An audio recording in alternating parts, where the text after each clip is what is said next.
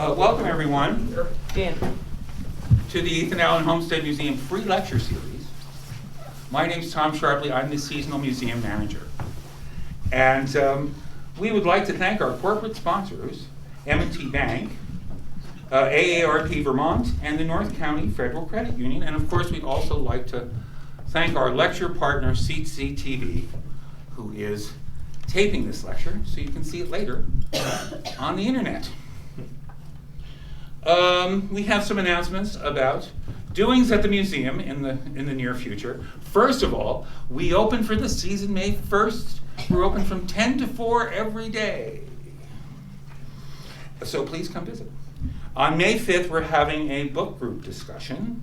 May 5th is the first Sunday in May, and I think it's at 2 o'clock, and we're discussing the book The Fort, which is a novel about the Revolutionary War by Bernard Cromwell.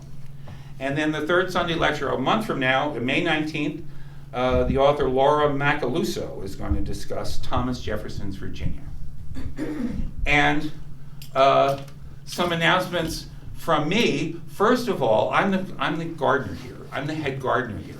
And just today, before you all showed up, we installed permanent engraved plant signs in the garden. So I've been wanting to do those for 8 years. I've been wanting to get it together to have those installed. And I finally did it because we've got a new executive director, Angie Grove, who really kicked me in the butt. And go out and look at my new garden signs, please. The other thing is, at the end of the meeting, one of you kind people is going to volunteer to stay late and help me move these tables back and move the chairs around. Somebody is going to volunteer to do that and help me out. Reasonably close. All right. Now I'd like to introduce Dan O'Neill, who was the former executive director of the Ethan Allen Homestead Museum. Dan. All right. Hi, everybody. I'm going to rotate this up just so it's there. How's everybody doing? It's good to be back. Good to see you all. I'm actually not here. I'm wearing this because I'm in a semi-official capacity because Rob's going to be presenting on the history of Freemasonry in Vermont. And I am the currently serving master of Mount Mansfield Lodge number 26, located in Jericho.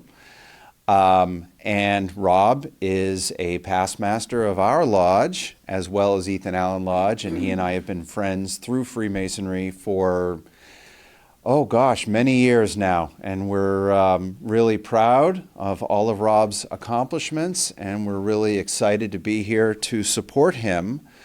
Robert is the award-winning author of 15 books and numerous articles on American history. He earned his master's in American history from Rhode Island College. He's a former National Park Ranger. He is currently a senior immigration services officer with U.S. Citizenship and Immigration Services. He and I are co-workers. He has been a Mason for 13 years. He's the past master of Ethan Allen Lodge number 72 and Mount Mansfield Lodge number 26. He resides in Jericho Center, Vermont, with his wife, Elizabeth, and his 3 adorable children, Addison, Mackenzie, and Sawyer. If you ever get to meet them, they are a delight.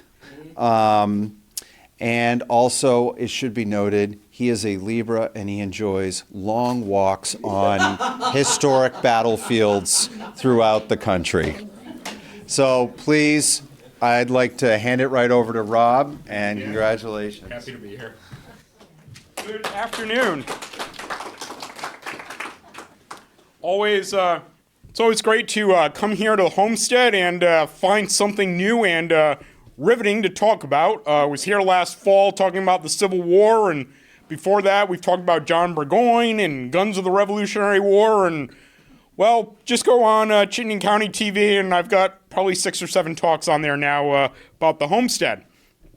But the topic that I'm speaking on today is something near and dear to my heart, and as Dan mentioned, I've been a Mason for 13 years, and really what got me into this organization. As a Civil War historian, I would read time and again in books about the Civil War about how in this great war of brother against brother, that time and again men who are on completely opposite sides would stop shooting at each other to rescue or to talk to a brother Mason. And those stories really, really interested me. And well, lo and behold, when I moved to Vermont, I didn't know a single person in this state. And I thought, well, maybe if I join the Masons, I might know somebody. And 13 years in, it's been one wild ride, and I quite literally have brothers and friends from Bennington all the way up to Newport. It's a great organization. And the Masons, when you would ask maybe the average person walking around on Church Street, the average person who might have seen one of those History Channel specials over the years would tell you that the Masons are involved in some wacky conspiracy to take over the government, that they, are involved in all of these wild conspiracies from the Roswell UFO crash to the design of the dollar bill. But I can tell you, without revealing anything, that none of those are true. What Masonry is a group of men who truly are a band of brothers, a group of men who work together to not only better themselves, but to better their communities through participation in scholarship funds, providing donations to the needy, cooking for senior citizens, organizing Memorial Day parades. Just a small example of some of the things this organization has done. And quite literally, men who are members of this organization, no matter where you go in the world, you quite literally have a brother who would give you the shirt off his back. And I've found that time and again, traveling, especially through the South. It truly is a great organization. And it's an organization that really has been here in Vermont since the beginning. Since the beginning of the foundings of Vermont. Masonry in Vermont really gets its start during the French and Indian War. A lot of the British regiments that came over here to fight in what becomes the Champlain Valley around Lake George, Fort Ticonderoga, Crown Point, a lot of those British regiments have their own established lodges that they bring with them. Masonry's origins start back in the 1300s in the craft guilds of Europe, in the cathedral builders, really with the stonemasons who are using tools to build the great cathedrals of Western Europe.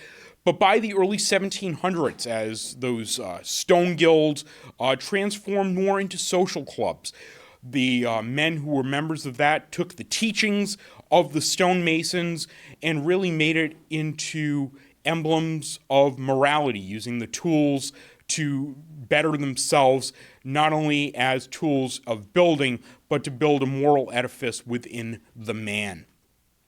And so in 1717, in England, the four lodges that are in London come together to form the United Grand Lodge of England. And in 1717 is really where the modern origins of Masonry start. And so about 35 years later, as we're now in the French and Indian War, the 7 Years' War, a lot of those British regiments that are fighting in the Champlain Valley bring their own Mason lodges with them to what eventually becomes Vermont. And a lot of those British soldiers end up staying and settling in the Champlain Valley. During the American Revolution, certainly Masons were active throughout Vermont. Seth Warner was a member of great renown, a member in Connecticut, active as the head of the Green Mountain Boys.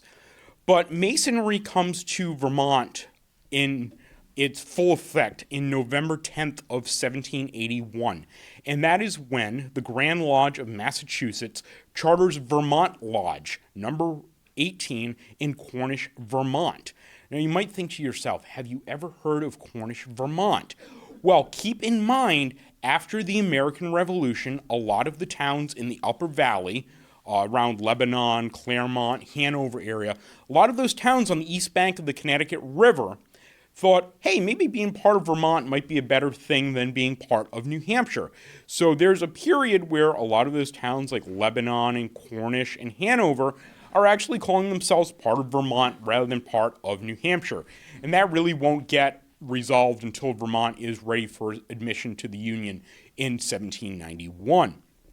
But at that time, in November of 1781, Paul Revere just had the 249th anniversary of his midnight ride just the other night. Paul Revere is the Grand Senior Warden of Masons in Massachusetts. And Paul Revere is actually going to sign the charter to establish Vermont Lodge in Cornish, Vermont. And this is the first lodge that becomes part of the Vermont Masonic existence. And the Vermont Lodge, believe it or not, is still around to this day. It still meets, it's still in existence in White River Junction, and hanging on the wall of that lodge is the charter signed by Paul Revere.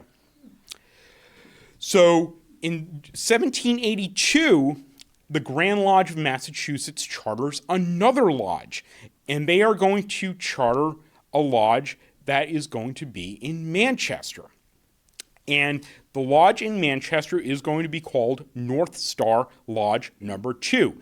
And this is the first lodge that is chartered in what is today actually Vermont itself. And on June 26, 1785, they're going to initiate two very interesting men that you might have heard of. They're going to initiate Ira Allen and Thomas Chittenden into the mysteries of Freemasonry. Chittenden and Allen at that time were both living in the Bennington area. And so North Star Lodge in Manchester becomes the first lodge that is chartered in what is now the geographic territory of Vermont. And that lodge is going to exist until about 1814, when it's going to close down, but it will later be revived as Adoniram Lodge number 46, which is still active in the Manchester area today. And Chittenden and Allen are just some of the very prominent early Vermonters who are very active in Freemasonry. You might have heard of Nathaniel Chipman.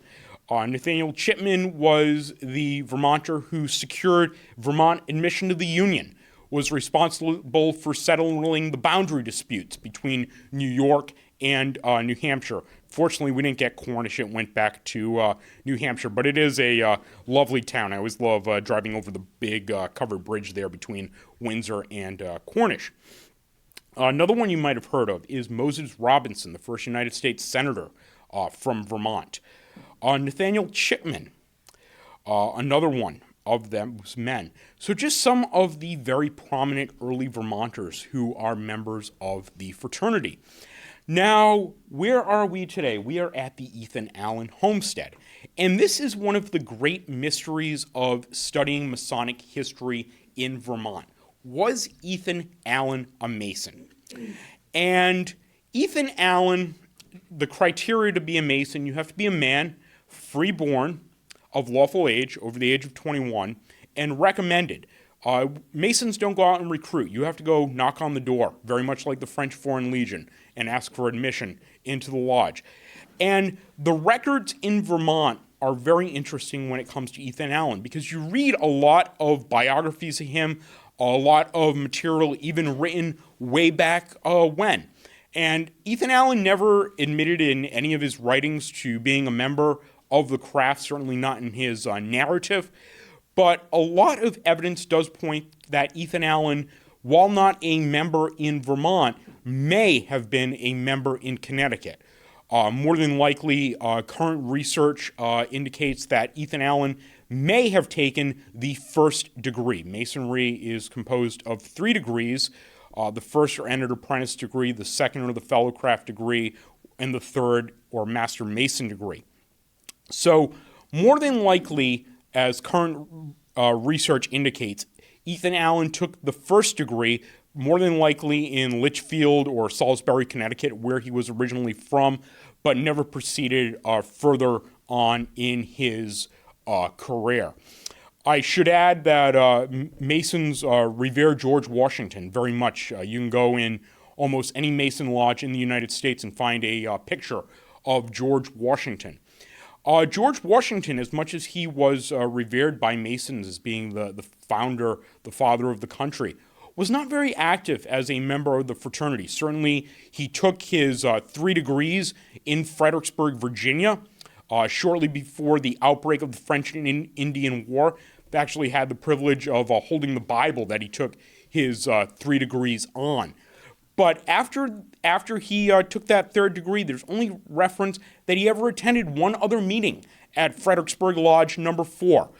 Certainly, he was a very busy man.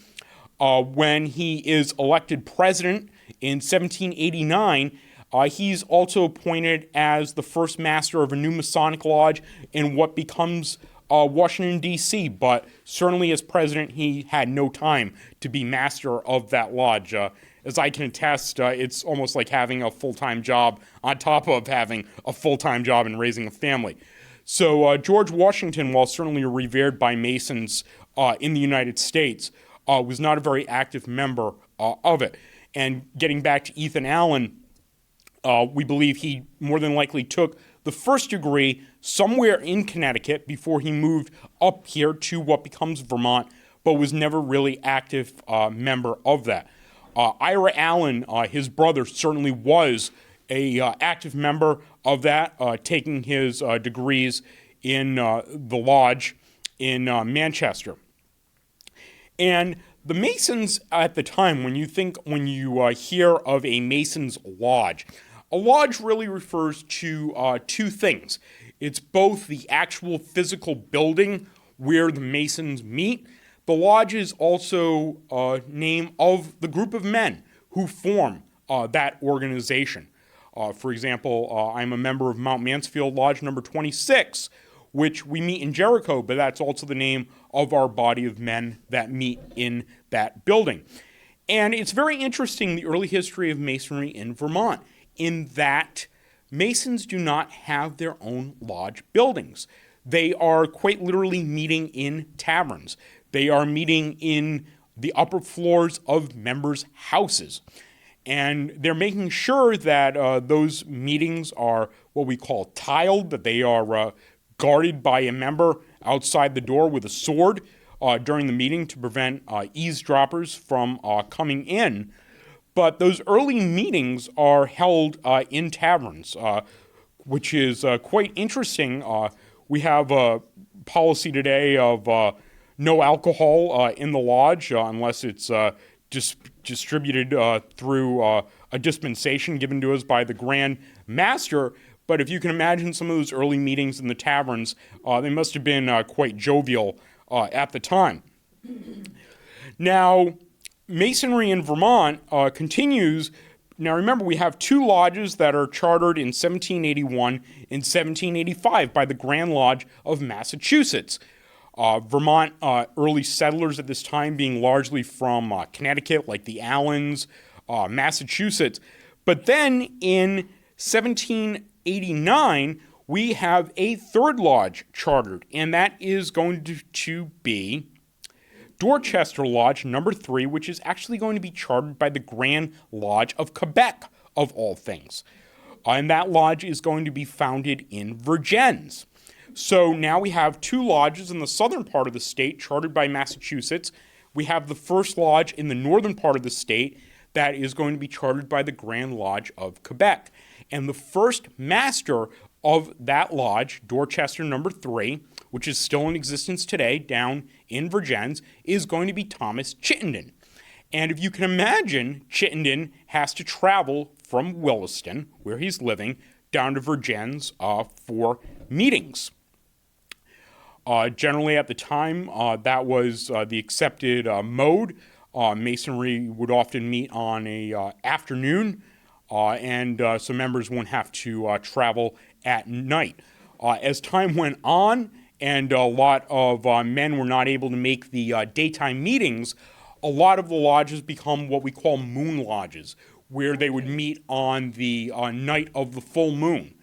And there's still a number of lodges in Vermont today that actually still follow that schedule. They meet on, say, the Wednesday of the week of the full moon. Well, I can attest to you, as somebody who's traveled to a lot of lodges around Vermont, if you don't know what the Wednesday of the week of the full moon is, you will show up on the night of the meeting and nobody will be there. So it's always best to call ahead to figure out what day they're actually meeting. But a lot of lodges do follow the lunar cycle during the calendar year. So now, as we proceed into the 1780s, remember Vermont, we're our own independent republic at this time. Well, we are going to get a surge of immigrants coming back in from Connecticut. And so, in 1790, we are going to charter through the Grand Lodge of Connecticut, Temple Lodge in Bennington, and Union Lodge in Middlebury. So now Vermont has a very unique situation going on. Vermont is its own republic until 1791 when we joined the Union. And now there are 5 lodges in Vermont, 2 chartered by the Grand Lodge of Massachusetts, 1 chartered by the Grand Lodge of Quebec, and 2 chartered by the Grand Lodge of Connecticut. Now, after the American Revolution, there was an idea that was going to go on for a little bit to create a Grand Lodge of the United States with George Washington as the first Grand Master. So the Grand Master is sort of the head guy in charge of the whole show, with George Washington as the Grand Master of the United States. Well, it very quickly became apparent that we have 13 very independent group of men, all with their own aims, all with their own views of Masonry. So beginning with Massachusetts, after the American Revolution, said, well, we're going to form our own Grand Lodge of Massachusetts. And then Connecticut's like, well, we're going to do the same thing. And so eventually, all 13 of the original colonies that become the 13 original states all form their original Grand Lodge, breaking off from the United Grand Lodge of England, where the initial lodges that are in the colonies that become the United States are chartered from. So now, as we get into Vermont statehood, we have 13 Grand Lodges in the United States. We also have Grand Lodge of Quebec, Grand Lodge of Ontario, same thing up in Canada. Every province and territory of Canada is its own independent Grand Lodge. Unlike over in Europe, where you often have country Grand Lodges, like the United Grand Lodge of England. Here in the United States, all 50 states all have their Grand Lodge, and all are independent of each other and really do their own thing, but all work together to better the existence of the craft. So now, in the summer of 1794, Vermont is a state. We've been a state for 3 years. We've sent to Washington what becomes our first senator, Moses Robinson, who was a member of Temple Lodge in Bennington. Thomas Chittenden is our first governor. And Vermont Masons are trying to debate where they want to go. Now, as more folks move into Vermont, Masonry starts getting popular with some of these new settlers who had been members in their lodges back in their home states, notably Massachusetts, Connecticut, etc. And so in the summer of 1794, specifically on August 6th, an idea is put out by Thomas Chittenden and Noah Smith. Noah Smith is the first Chief Justice of the Vermont Supreme Court, that we now have these 5 lodges in Vermont that are all sort of doing their own thing. They're all reporting back to their own Grand Lodges. They're paying their dues to Connecticut, to Massachusetts, to Quebec. But now that Vermont is a state, we're our own territory, and we have 5 working lodges in what is now Vermont, we should get together to form our own Grand Lodge of Vermont. So the call goes out in August of 1794. And the convention to form the Grand Lodge of Vermont meets from October 10th to October 14th, 1794. And they're the masters of those original 5 lodges, including Thomas Chittenden and Noah Smith and Nathaniel Chipman. They work together to hammer out what eventually becomes the Grand Lodge of Vermont.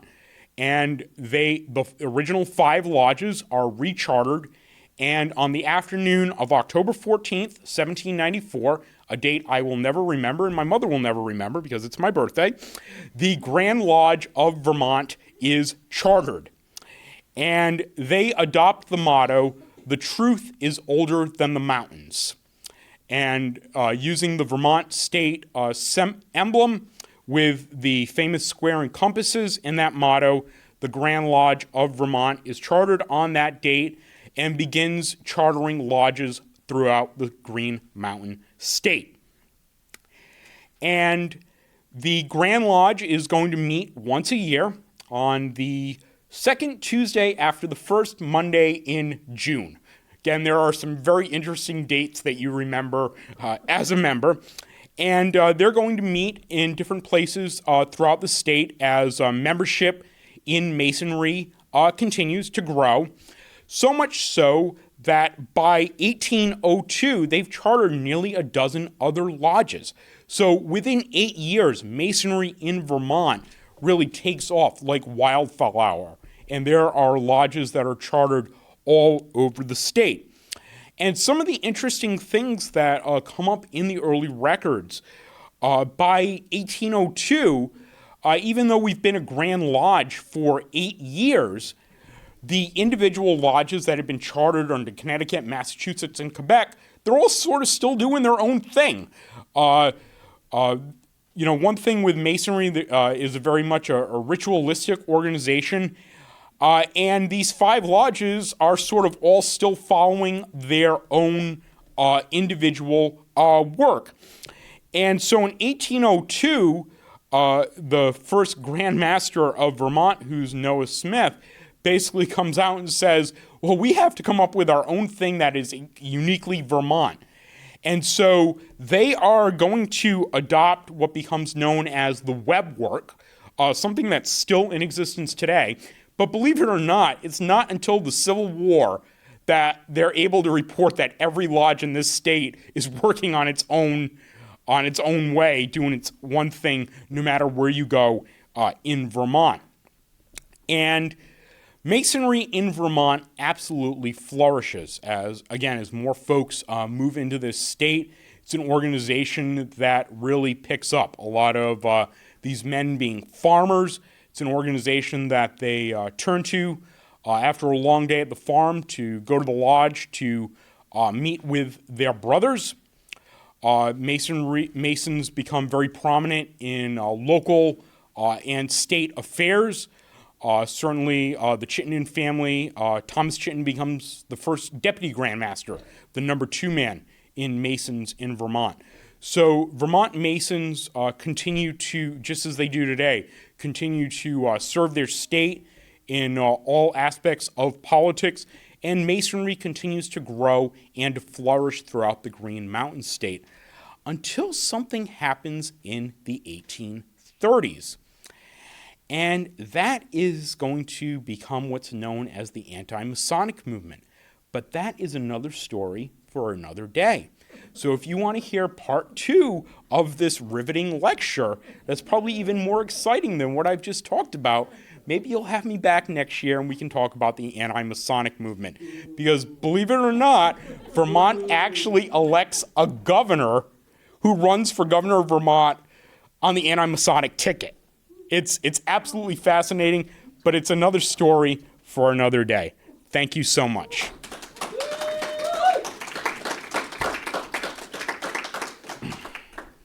And I am happy to entertain any questions at this time. Yes, ma'am. I don't want to embarrass myself by asking, but what's the difference between the Elks and the Masons? So a lot of those animal-related fraternities, they really all do their own thing, and I'm not a member of those, so I can't speak to what, say, the moose, the elks, the lions, what all of those groups do. But I can tell you with Masonry, it's a group of men that really work together to better themselves and better their communities. I'm sure those other organizations work to do the same thing. But with Masonry, it's an organization that has been around since time immemorial. It's one of those organizations that literally you can trace back the first vestiges of it back to the 1300s. And it's one of those things that my wife asked me a similar question when we first started dating. Like, what do you guys do? Like, you're going to the lodge. What do you do there? And she eventually learned after being together for almost 9 years now, go have fun at the lodge. I'll see you in a few hours. It's really hard to explain what it is without Giving away a secret. Exactly. Thank you, Brother Peter. Yes, ma'am. When was the height of Masonry in Vermont? So the numbers really top out in about the 1920s. At that point, there were, I believe, 12,000 members in the state.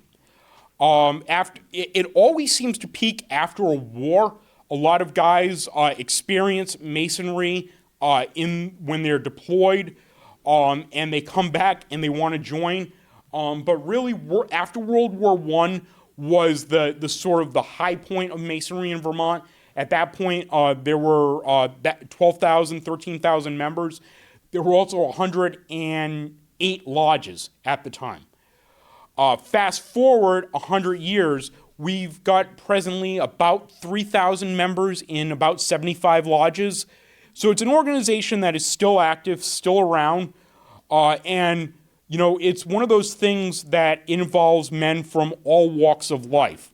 Quite literally, you have guys who are engineers and professors sitting next to guys who flip hamburgers. But literally everyone in the meeting is on the level. And certainly a lot of younger guys are coming into it, you know, realizing what it is, the benefits that it has, and are joining. Yes, ma'am. Did the Mason membership actually tend to build their own facilities? I'm asking because I had an uncle in my family who built one in East Providence, Rhode Island. It was a big Mason hall. And I was just wondering. Rising Sun Lodge, I've been there. So. Just wondering if that tends to be. So a lot, it really depends, and Vermont is really interesting where you will find what are Mason lodges today. A lot of lodges that are built specifically for the Masons, they take it on as part of a civic project. So like, for example, down in Bridport, the Masons put up half the money to build the town hall. And so the Masons got the second floor of the town hall. The first floor was the town hall. Same thing in Orleans. So you'll see buildings that are specifically built for the Masons, especially in Vermont, where you know you need a town hall, you need a civic place to go and meet. So, for example, Valley Lodge, number 106, up in Orleans, their building doubles as the town hall, town music theater, and the Masons are up on the third floor. You'll also see Masons take over old buildings. For example, my lodge up in Jericho, we actually are in an 1830s former Baptist church. It's one of the oldest buildings in Jericho. And we are responsible for preserving an 1830s building. If you own an old house, you know what goes into that. But we've been there for nearly 100 years now, and we're through, you know, our funding, we are able to preserve one of the most historic buildings in the town. That we also, you know, allow scout groups, allow other civic groups to come in and use at the same time. Ma'am? Could you explain the symbol? Oh, sorry. The symbol? The square and compass symbol? Well, I took a bit of an oath, and I can just tell you it is a universally recognized symbol of Masonry, and it teaches us to be good men. Good boy. Yes, ma'am. This may be outside your area of study, but I'm just curious. My grandfather, I think he received and actually very very much valued some Masonic memorabilia, and so he would have been the son of, a Jewish son of Jewish immigrants, would have been, active in his career between, say, 1920 and 1960. And this would have been in Baltimore, Maryland. Yes. Could he have been a member, or would he probably So- not have been? So I do know in Rhode Island, I grew up in Rhode Island, that there was a lodge chartered in Newport called Redwood Lodge that was for Jewish men. One of the tenets to be a member is to just have a belief in a supreme being, and it can be whatever you believe exists out there. But Masons like to keep records. We have records in my lodge going back to the 1850s. And the best thing to do would be to get in touch with the Grand Lodge of Maryland, Baltimore, you said. So they would, if he was a member of a lodge in Maryland, they would have when he came in, when he took his degrees, what offices he might have held. And the same is true for really any grand jurisdiction. Masons like to keep records, and there's records. You can look up and know exactly when Thomas Chittenden joined the lodge, when he took his degrees, when he was master, because Masons like to keep records. Thank you. Yes, ma'am. Okay. My list of questions is getting. That's fine. I think I just heard you say that one of the tenets of Masonry is a belief in a supreme being of whatever description. Whatever you believe in. So, when someone comes knocking on the door to say, "I'd like to be a member," Yes. not literally, Yes. unless it is literal, is there a listing of tenets that they're sort of, You have to be a man. they have, You have to be a man, free-born, so not born into slavery, which we don't have obviously anymore. You have to be of lawful age, over the age. It's now 18. It used to be 21. And you have to go through an investigation. So, investigation of, basically your background, your character. We don't want any bad apples joining. But the religious piece, Masons refer to what you might call God, Allah, as the supreme architect of the universe. And it's you can have. I'll give you an example. When Rudyard Kipling became a Mason. He became a Mason in India. The night he took his degree, there were 5 holy books on the altar representing 5 different religions, including Islam, Hinduism, Christianity, Judaism, and some other Indian religion. So, again, it's Masonry is not a religion, but it is religious in some of its teachings and beliefs, but it doesn't. You can come from any religion and be accepted. and the building at the head of Church Street, which is Yes. referred to, at least sometimes, as the Masonic temple? Yes. So that used to be the headquarters of the Grand Lodge of Vermont. So several organizations, including Washington Lodge Number 3, which is still active in South Burlington, the Scottish Rite Masons, different Masonic bodies, but that was the headquarters of Masonry in Vermont. And then as real estate prices and real estate prices went up, membership started going down. The members realized, well, we better cash out. And so they sold it back in, I believe, the 80s. It was a gap last time I walked by. My last question. No problem. I'm trying to think of this. You've made reference to the responsibilities that the Masonic groups take on maintaining a building. Yes. So the funds to do that, it's not inexpensive. Is it a matter of paying dues or fundraising or a combination of both? A lot of Masons, when they pass away, will remember the lodge in their will, and I'll leave it at that. We had a member in my old lodge, Ethan Allen. He was an oil man in Texas and didn't have any kids, didn't have a wife, and when he passed away back in the late 90s, he was very generous to the lodge. That's what I'll say about that. Thank you. Thank you. Thank you so much. One more question.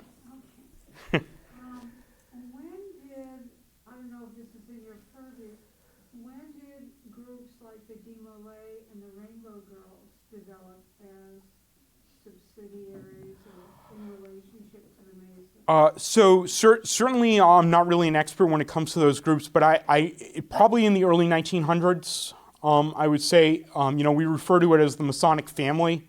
So we have the Order of Eastern Star, which women are able to become members of, D Malay for younger boys, Rainbow Girls for younger women. But it really is a whole umbrella that embraces, a family group today.